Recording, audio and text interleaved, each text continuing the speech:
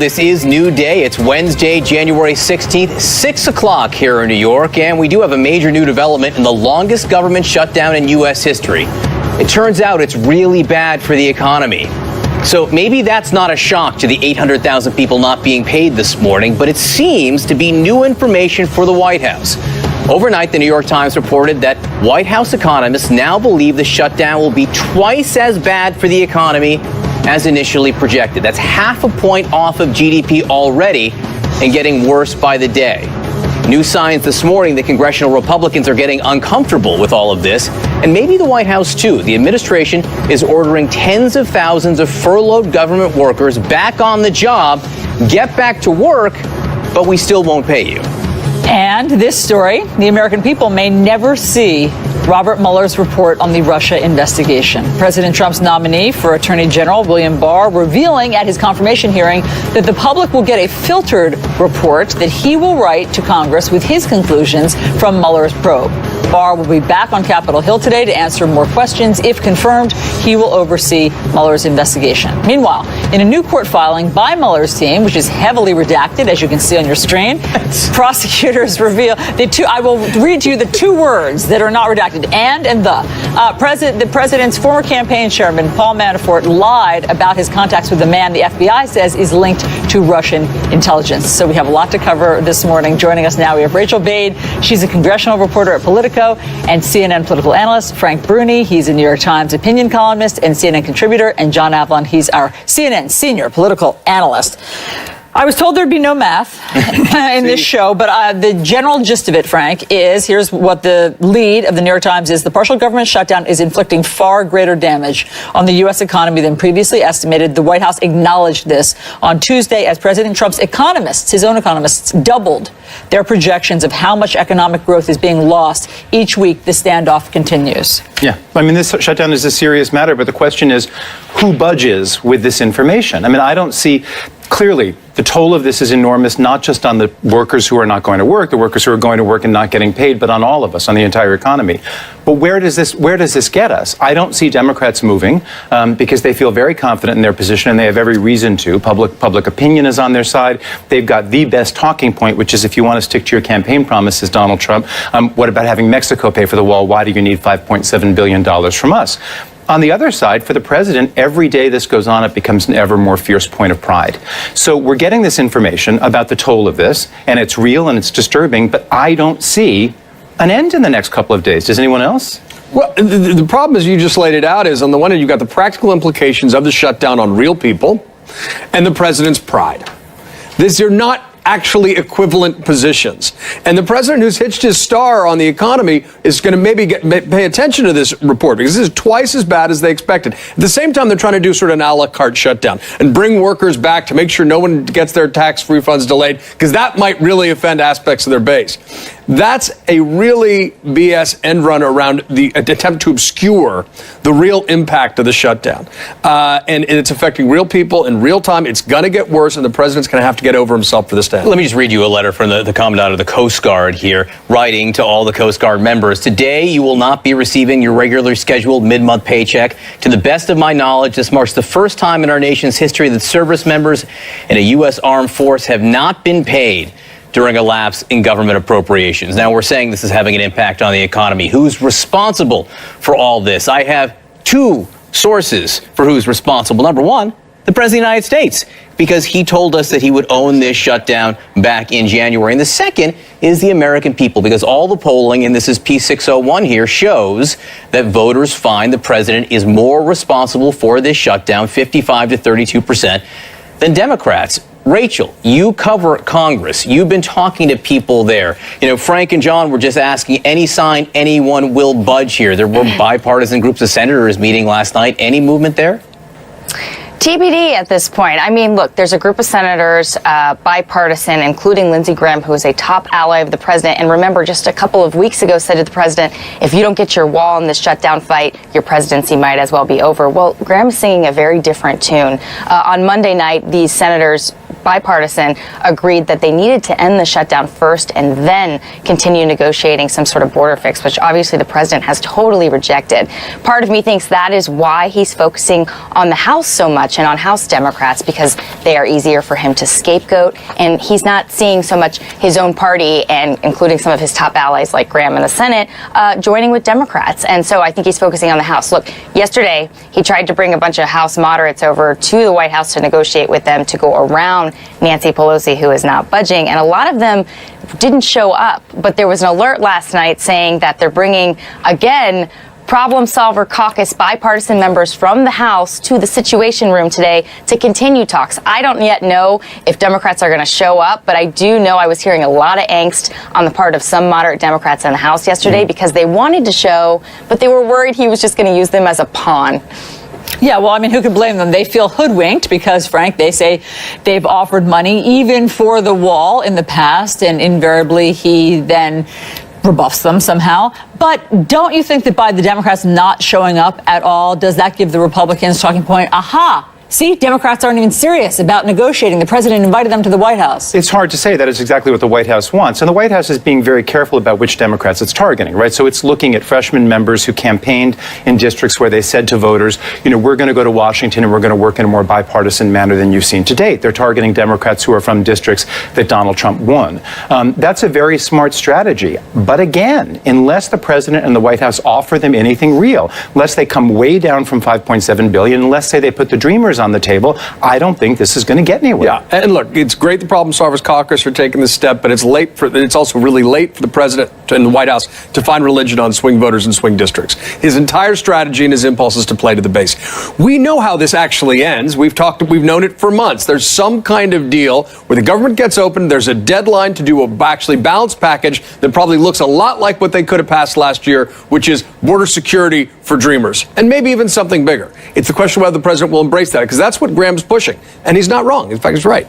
So why aren't they doing that today? Because the president instinctively rejects that. Well, let me tell you why they're not doing it today. I have a sign, a word from up above about what's going on here. Ann Coulter. That's 2 words. That's 2 words. Directionally off, by the way. Ann Coulter, whom the president likes to listen to on the wall, she did an HBO interview which she explained why the president is not budgeting. Yes. Listen. But recently, in the last couple of weeks, we've reeled them back. I mean, the one thing I think, not only with Trump, I think especially with Trump, but with anyone, is self-preservation and self-esteem. So why is he digging his heels in on immigration now? That's why. But why now? It is self-preservation because he is dead in the water if he doesn't build that wall. Dead, dead, dead. First of all, Frank, everything sounds more dramatic with the background. Yeah, the tom-tom is behind her table. Second of all, the dead there at the end from Ann Coulter doesn't leave a lot of wiggle room. No, I mean, she is the big threat that he's worried about. And she also said a key phrase there, a key word, hyphenated, self-esteem. We talked about this before. His self-esteem is on the line, and it's on the line in part because people like Ann Coulter have said, if you do this, if you don't deliver on your promise, you are nothing. You are impotent. And he's heard that, and it hurts. I want to say one other thing, though. You mentioned Senator Lindsey Graham, who 1 minute is saying one thing, the next minute another, is the president's friend, is the president's foe.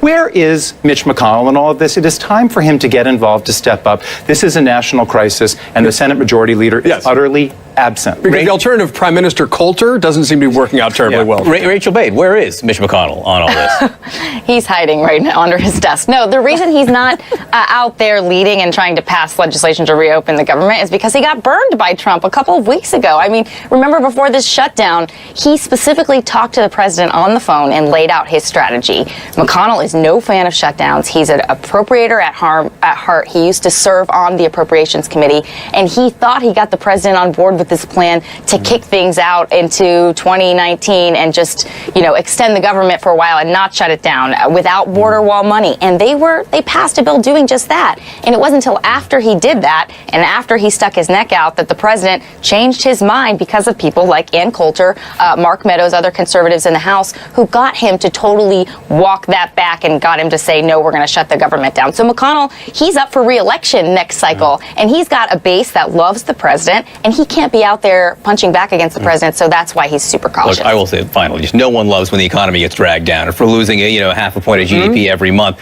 it could send completely halt growth if this continues much longer. And get the president's attention in a way that other things haven't. Okay, let's talk about the 2020 Democratic field. It's getting more crowded. So last night on Stephen Colbert, Senator Kirsten Gillibrand announced her developments. Watch this.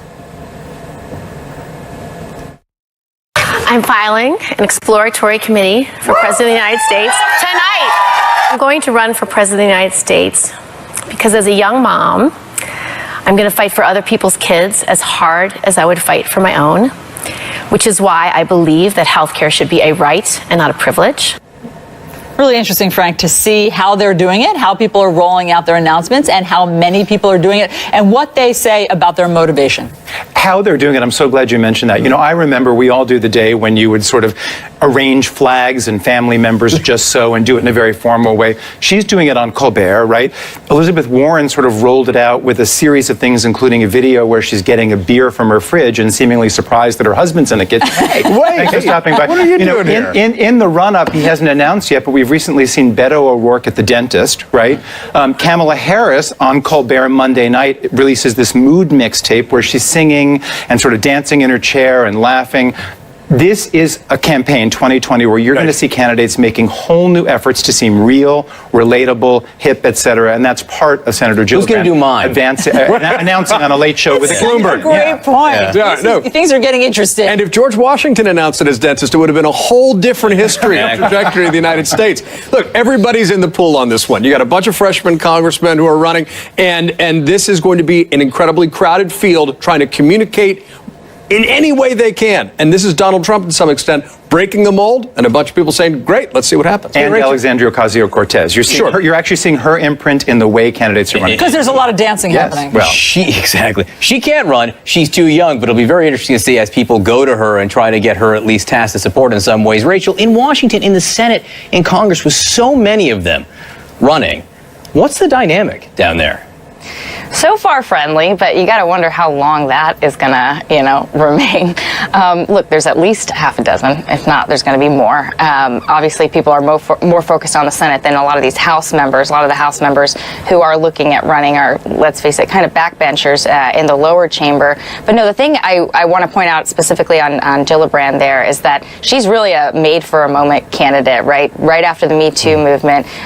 She's a New York Democrat. She has this long history of advocating for women's issues before Me Too, including sexual assault in the military. So it'll be interesting to see how she sort of latches onto that to sort of build her campaign going forward. Yeah, they're each carving out a slice there. Elizabeth Warren, economic inequality, Kirsten Gillibrand, that. On and on we go. All right, Frank, Rachel, John, thank you. President Trump's Attorney General nominee told senators that the American people may never see the final report from Robert Mueller, and then they would see a report. Instead, they would see a report from him that would summarize the conclusions from the Mueller report in Russia. In just hours, William Barr faces more questions in his confirmation hearing. CNN's Lauren Fox is live on Capitol Hill in the hearing room with more. Lauren. Good morning. This is the site of that 8-hour hearing yesterday where William Barr faced tough questions from Democrats on everything from mass incarceration to immigration, how he would implement the president's policy on immigration, and, of course, the Mueller investigation. I am not going to do anything that I think is wrong. President Trump's nominee for Attorney General William Barr reassuring lawmakers that he will resist any effort to politicize the Justice Department and promising to protect special counsel Robert Mueller's investigation. Bob Mueller could only be terminated for good cause, and frankly, it's unimaginable to me that Bob would ever do anything that gave rise to good cause. I believe right now the overarching public interest is to allow him to finish. It's been a privilege to serve you. But Barr, who previously served as Attorney General under President George H.W. Bush, signaling that Mueller's final report may not be made public or shown in full to Congress. Under the current regulations, the special counsel report is confidential.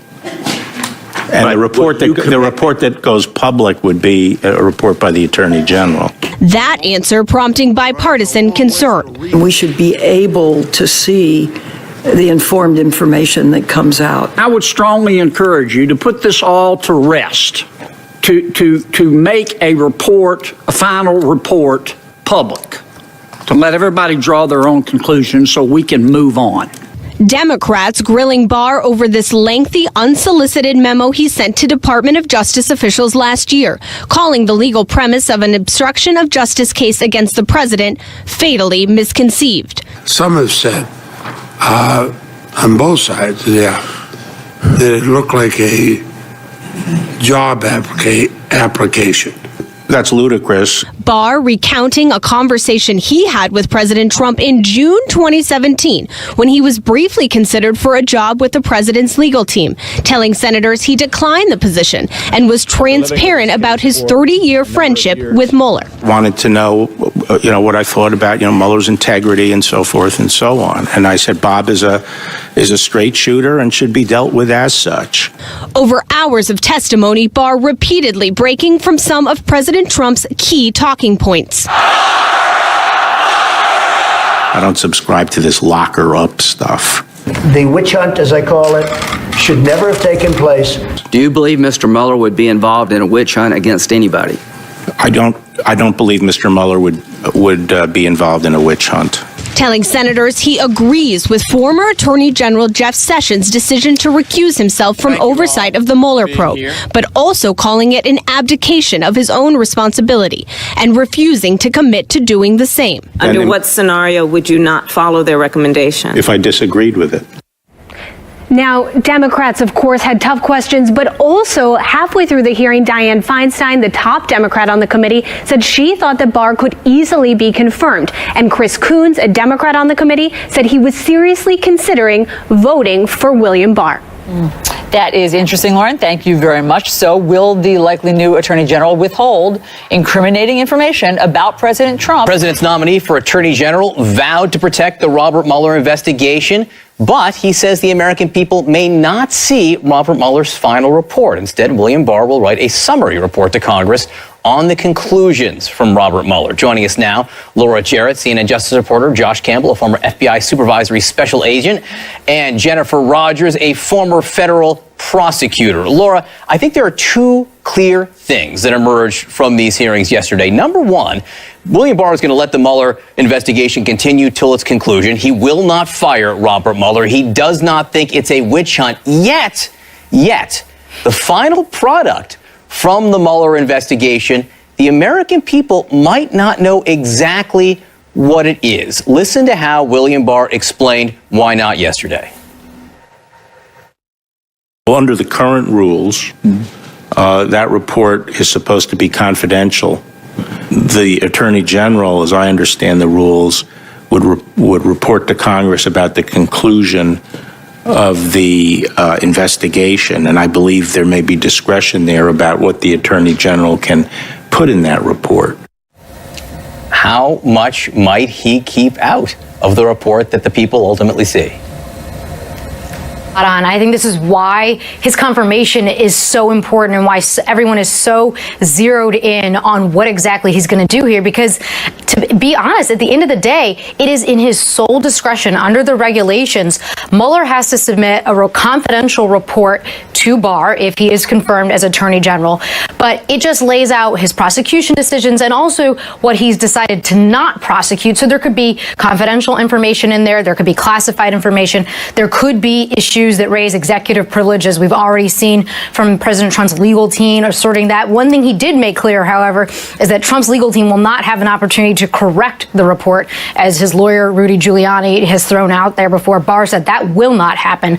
But absolutely, the issue of discretion and how he sort of laid out this sort of bifurcated process where Mueller would submit his report to Barr and then Barr would provide some sort of public summary was really the first time we had heard of that scenario. But it's certainly going to be totally up to him. He is in the driver's seat if he's confirmed on this issue. So that was a disappointing development for people who like transparency. I mean, it's for people who've been following all of the threads of this to know that they may never see the full picture of everything that transpired was disappointing. How do you think, Jennifer, he did in terms of allaying the fears of people, primarily Democrats, who thought that he would somehow be a stooge for the president or wouldn't be independent? I think he did well in some ways. I mean, certainly saying that Mueller can continue and finish his work is a huge positive. I think in this area, though, that we've just been discussing, it's a real problem. You know, people are going to want to see not just that Mueller, say, decided not to indict the president. They're going to want to know what the evidence was. They're going to want to know what the legal analysis was when put up against the law and see a conclusion that says,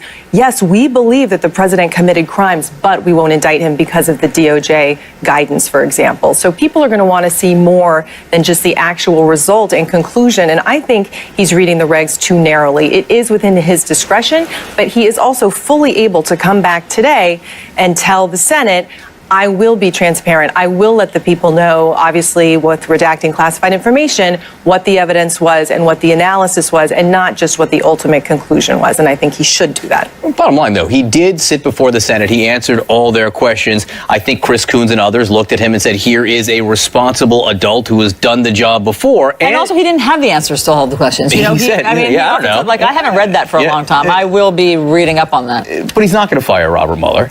He's going to let the investigation continue, and that's not nothing, Josh. It's not nothing, but there are two aspects here that a lot of people have fear. One being that he would come in and totally disband the special counsel, which, you know, obviously with House Democrats now there to provide that check, that's not going to happen. But then the other thing that many of us feared was that he would somehow constrain Mueller or constrain the information that we ultimately learn.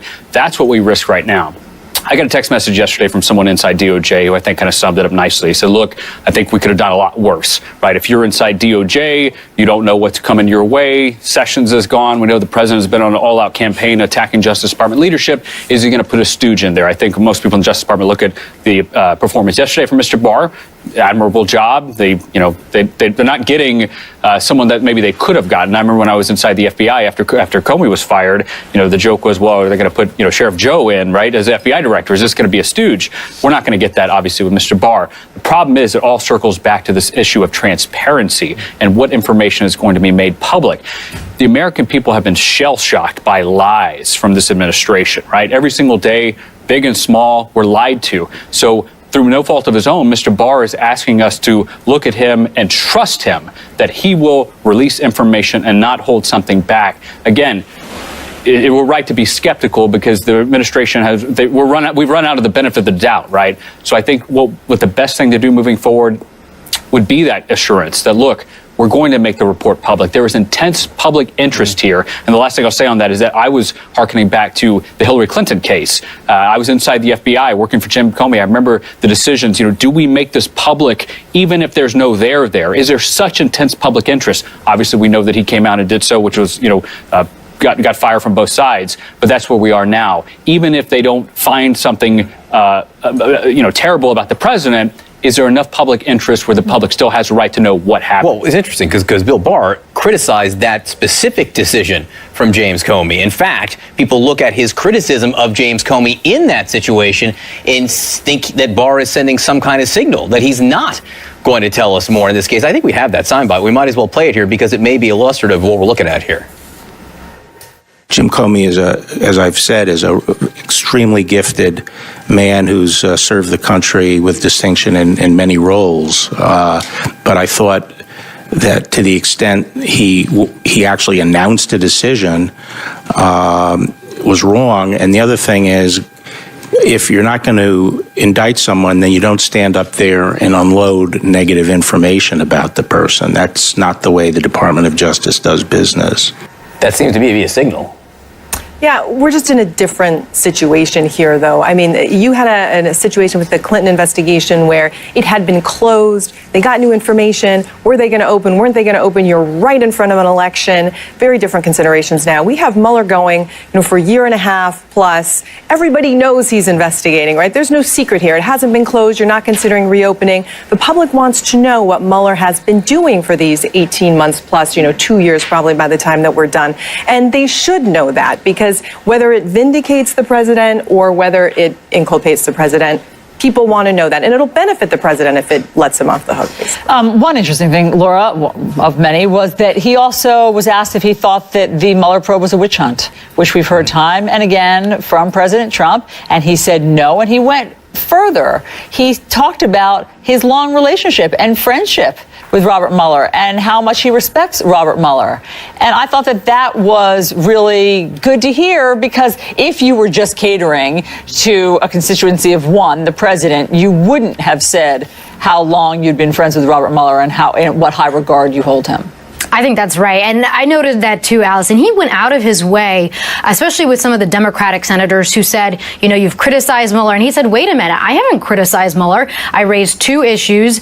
He mentioned the issue of sort of more balance on the team, because he thought he'd said to the Washington Post previously that he had noted that Mueller's team had a number of Democrats and he wished to see more balance. But he was very careful to say, I respect Bob Mueller. This man is a Marine. I've known him for years. I mean, frankly, Bob Mueller has been to his daughter's wedding. These two know each other very, very well. The president likes to talk a lot of times about James Comey being Bob Mueller's best friend. We all know that's not true. His real friend appears to be Bob Mueller. And this is something that Barr seemed really proud of.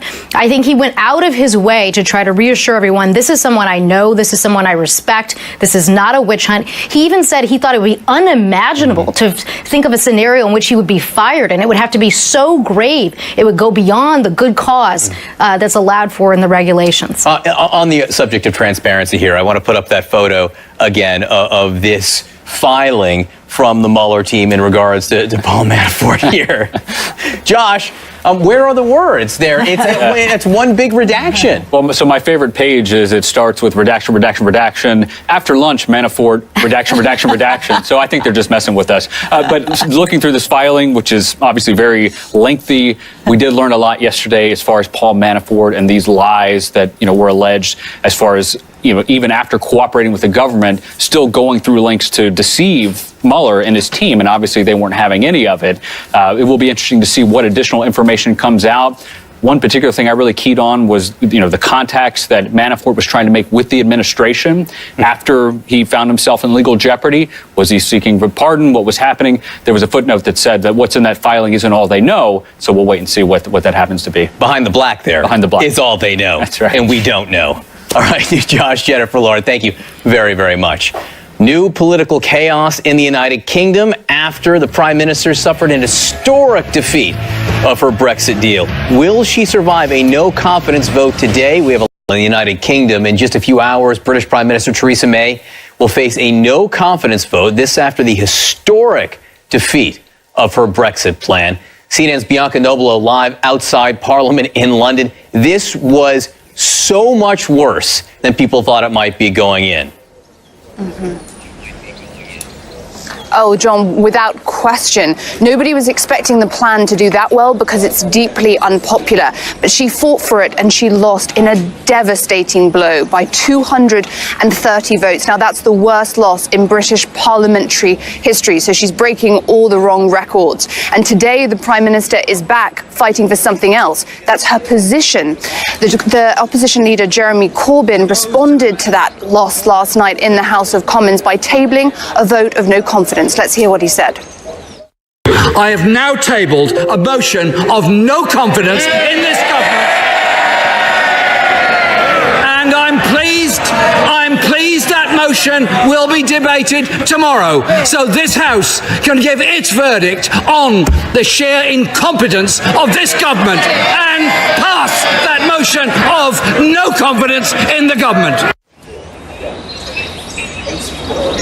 Now, even though lawmakers in the Prime Minister's own party won't support her Brexit plan at the moment, they are likely to back her in this confidence deal. So that leaves us with the question that all lawmakers are asking themselves this morning: where do we go from here with Brexit? And part of the problem is, unlike the United States, where you have a codified written constitution, in Britain we don't have one. We don't have a written constitution to help us guide our way through this Brexit process. So we're staring into the abyss 72 days out from when Britain is supposed to be leaving the European Union, with no idea what shape that exit will take, or even if it will happen at all.